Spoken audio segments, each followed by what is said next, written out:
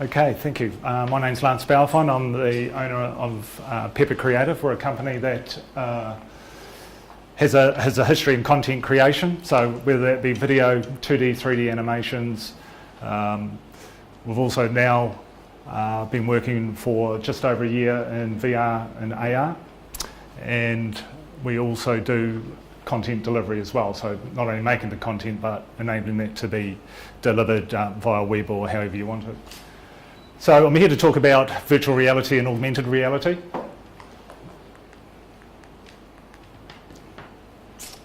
I'll just get that up. So I thought I'd start basically with a quick definition of what virtual reality is. So it's an immersive, interactive experience in a created world. So in virtual reality, we create everything. So we have the models, so we make them, we make the buildings, the chairs, whatever it is that we're looking to create, we make everything in that. So the advantage of that is, sorry, before I go into that, we'll go through the devices. So we use the Vive, which is the top one on the right here. So, and there's the Oculus Rift, which are ones that you probably would have heard of. As well as you get the Gear VR and other just generic mobile headsets that you can use. The Oculus and the Vive, they run off a PC, fundamentally because of the graphics power that you need to run VR apps. It's, if you've got a grunty enough graphics card, then that's really what you need for VR. To help with interaction within a VR world, we have controllers, as well as you can see in the bottom left-hand picture, that's a sensor called Leap Motion. So that's fundamentally two smartphone cameras in a case that track your hands optically, and then generates, as you can see on the screen of the laptop, generates a 3D image of your hands. So really you can wiggle your fingers. You may have seen in the demo, if you had a go, that you can actually, whatever you do with your hands is replicated in the VR world. Another thing that is just becoming available now are gloves. So what the gloves do is track your hands, but also your fingers. So one of the limitations of optical is that if your hands cross over, then obviously the cameras can't see the hand behind. And so that hand will drop out. With gloves, you can track everything all the time. And so that will enable a lot more immersive experiences with being able to handle, grab, hold things, which is where we want to go. So they're just being released now, so they're coming out next month. So VR, the use of cases. So first up, I think one of its strengths is scenario-based experiences. So this gives you the ability to control and manipulate the environment. So for example, if we created perhaps an outdoors environment, we can control things like the weather.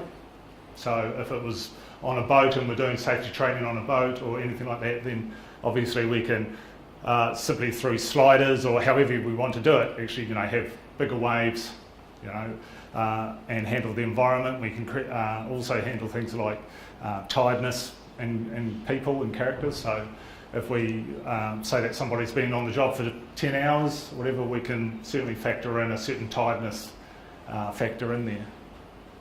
So I'll just play you a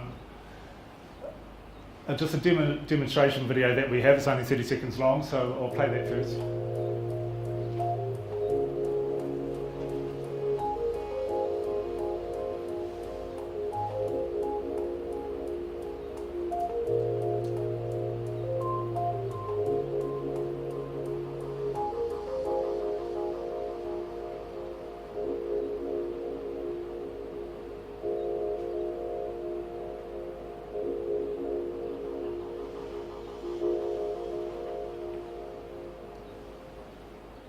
Cool, so you would have seen some of those things that I just mentioned.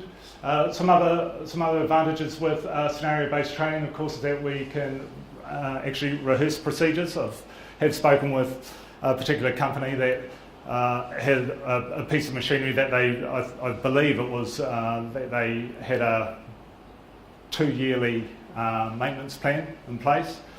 And so it's something that they don't do every day. And they went and performed the maintenance and obviously got something wrong, and it cost them in the tens of thousands of dollars. One of the advantages with VR is that they could actually go and rehearse the procedure before seeing the results of what they've done and getting the big tick, or if there's an issue, there's an issue. I have seen in the States now that brain surgeons basically we can take an MRI scan of someone's brain, and what they're doing is actually rehearsing removing the tumour before they actually go into the operating theatre and do it. And of course, there's obvious advantages to that. From the article I was reading, the surgeon was saying that sometimes they actually get in there and they look to remove the tumour, but the way they were going to remove it was blocked, or it just wasn't going to work, and so they have to immediately think of a way to do it. And what they find now is that they could actually come across those little glitches before they actually begin the operation and have the patient on the table. Now, for the applications of it, so we look to use it for product training, health and safety, and on-farm operations. So in that particular demo of the video that you saw, that was of it was a demonstration of an automated washing system, so that a technician can actually go through and program the washing system before actually going out on site, and they can actually see what the results are from the settings that they've set in. So if there's something not quite right, or there's major issues, then it happens in VR and not on site with the farmer standing over them. So another use case would be the remote environments, whether that could be like training, or in this case we have an office space for multiple users. So what that allows is for people from, as long as you have an internet connection, that you can join in from anywhere using mobile phones. And also part of that functionality is live chat. So again, from a training, we do a fair bit of work at the moment in the training space. I mean, we can have it for meetings as well, but in the training space we can have one training room, multiple people can join in, and they can all see the same thing. The trainer can talk to everybody, and the other thing that we're looking at as well is for multinationals being able to use live translation. So we haven't actually done that yet, but that's probably one of the next things on our list, so that a trainer could be speaking in English, but it can be translated in using IBM Watson or even Skype, the API, being able to get into that and use that functionality. There's also, what else do we do there? Virtual whiteboard, so writing and adding files. So with a virtual whiteboard, the trainer can obviously write on the whiteboard, that can be saved, just like any other data, it can be translated, and then the individual people can save it and have it translated into their own particular language. So I think you can see that there's a lot of use cases for it, especially for multinational companies as well. There can be a lot of savings in travel and such forth.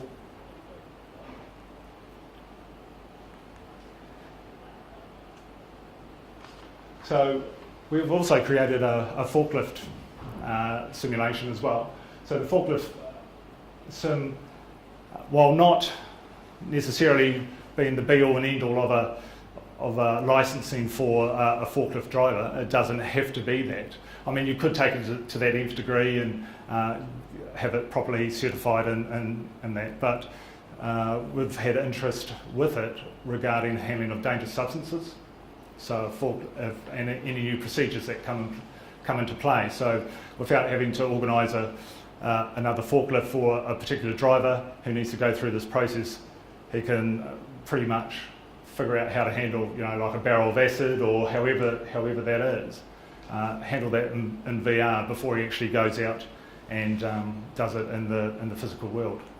The other what you'll see with this video as well is that we've actually taken some advantage of the physical world and used the virtual world as well. So I guess one of the challenges with doing a simulator like that is how do you create the feeling of I'm holding onto the steering wheel, I'm driving, I'm using the levers and that sort of thing. At the moment, you can't quite do that in VR properly. There's with the gloves, probably the next phase for gloves is actuators that will help you feel sensations, so that if you grab something, then you'll get a buzz in your fingers, which would kind of be a rudimentary way of triggering the fact that you've actually grabbed onto something. So I'll play that for you now.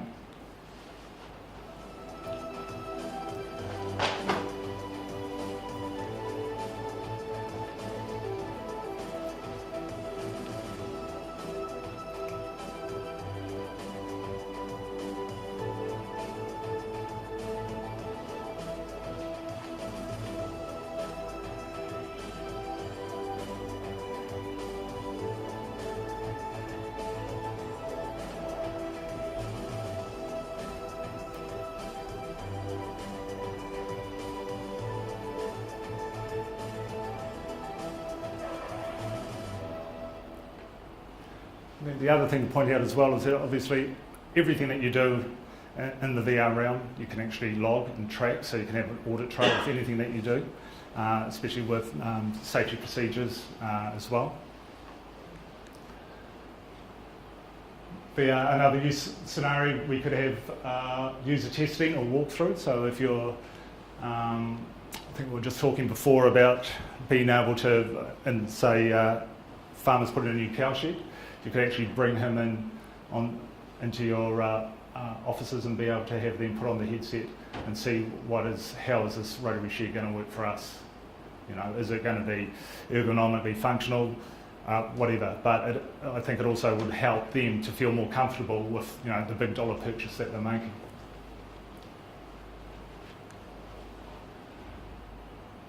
And again, R&D, again we can, without having to build anything in the physical world, we can actually go through and try stuff out and just bounce back and forward and make changes and then be able to experience it as well.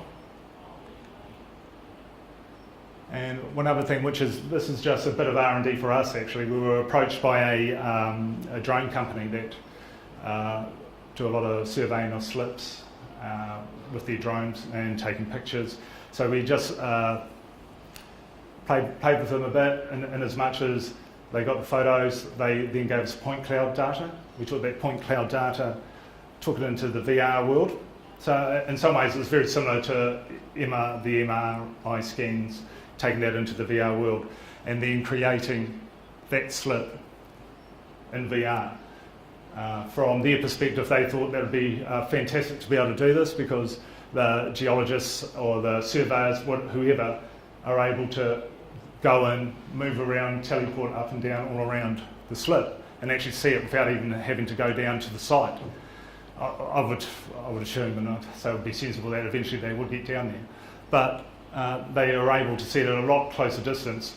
I think in the scenario they gave us is that there was one particular slip where they had a railway container in a crane for a month as the guys were there surveying and figuring out how they're going to fix this thing up. If they had this, that would have reduced that time immensely, because they could actually go there and make the measurements and figure it all out themselves. So that brings us on to augmented reality. And augmented reality is where the real world is overlaid with the information from the digital world. So you're using your devices and the cameras from your devices. So we have some Epson glasses. There are other glasses as well. There's even your smartphone, tablet, and we have the HoloLens, which you may have heard of as well. So what is happening here in, say, the smartphone picture is that that's just looking through the camera, and then you can add graphics on top, right? So how does that work? So in this just-in-time scenario, we can access information. If there's an error on a machine, we can take a picture of the control panel, and then we can match that picture up to a whole set of steps. So if I create the scenario of there's the maintenance guy, he's walking around, he's wearing his glasses, and he gets a notification in his glasses saying that the machine is broken down. He can then go over to the machine, look at the screen, and pick up all the information that he'll need to fix it. So that can be video, step-by-step instructions, manuals, whatever you need, that all can appear, and he can manipulate through his glasses. The next stage of that, if none of that works, is we can go to remote assistance or remote expert assistance. So if it goes beyond, he can then make a direct connection with an expert, and as long as he has the internet, it can be anywhere in the world. The expert can actually grab his video feed, see what he's looking at, and then being, as you may see up there, the little red circle and the arrow, he can draw those things onto the screen. And then the technician will be able to see that come up in his glasses, so he makes sure he's cutting the red wire, not the blue wire.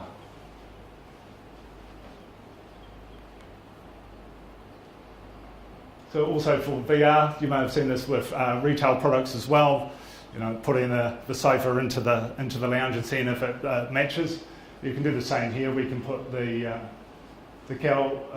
platform into a particular area, and it can help, I guess, in the sales process and in the building process for the farmer, where you want your layout and how that's going to work. And then I just have a little video here. So this idea here is using AR of a product catalogue. So a salesperson or even the end user can, if they have the brochure, then you can hold your smartphone, your tablet, whatever it is. We can recognise the images, and then that can allow them to manipulate the product. So if I just play that now, so up pops the platform. We can explode it out, scale it up. We can tap on it. We can look at individual parts of it and look at those models. We can have any information that comes up here that we like. We can play videos like before. And if you want to take it to that nth degree, you could actually include shopping as well. So you could actually go off and buy it if you wanted to go that far. We can also fill out forms. So if you're talking to somebody, we can grab certain information that you need and then send that information through.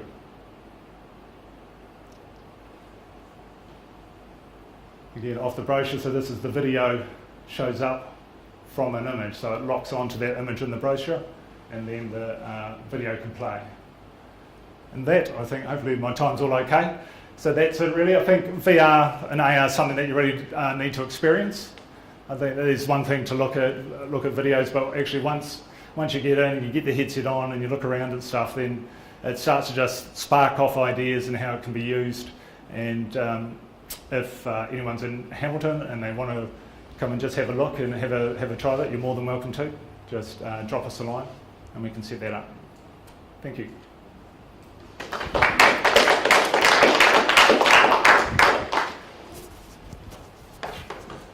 Do I ask for questions? Does anyone have any questions? I can answer. Sorry. Yeah. Just wondering, there has been discussion that AR is more practical than VR in many senses. Is that reflecting your experience? Well, I think there's definitely two areas to use it. I think VR is great for that scenario-based stuff where you can control it. You can control everything. We've had a fair bit of interest. Well, for example, we've been approached by Housing Corp who want to use it for house inspection, but they also want to make it as realistic for people, so that you could actually have a tenant who's not that nice. You can have dogs, and try and recreate, so you have control over everything. You can create scenarios that happen, and you can help train them that way. Whereas I think AR is more that just in time. The power of that is in the maintenance. So I wouldn't say that one is, more or is better or more important than the other. I just think they have separate use cases. Okay. And so that's how I would look at it, yeah. Because I think definitely we see that a lot of practical use cases involved about like the technology transfer, knowledge transfer, and that sort of thing.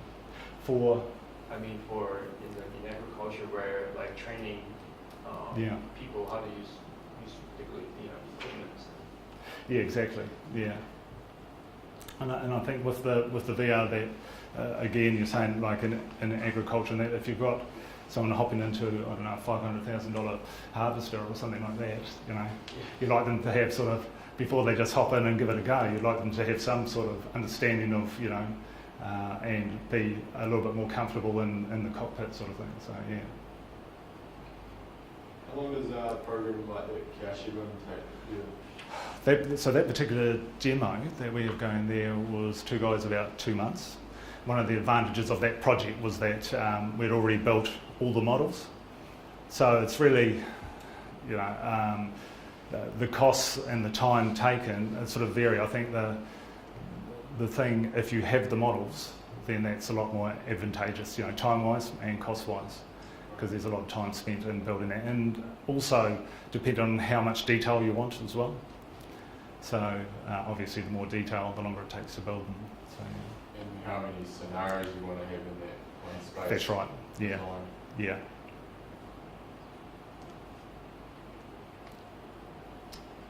All good? Thanks. Cheers. Got another question. Yeah, sure. Sorry. How do you see yourself competing with the e-learning space? Well, I think it's. Sorry. Yeah. So in the e-learning space, well, I think it's. We do work with an e-learning company, and so I don't actually see that we're competing with the. I think it's actually an extension of the e-learning space rather than competing against it or anything like that. Mm.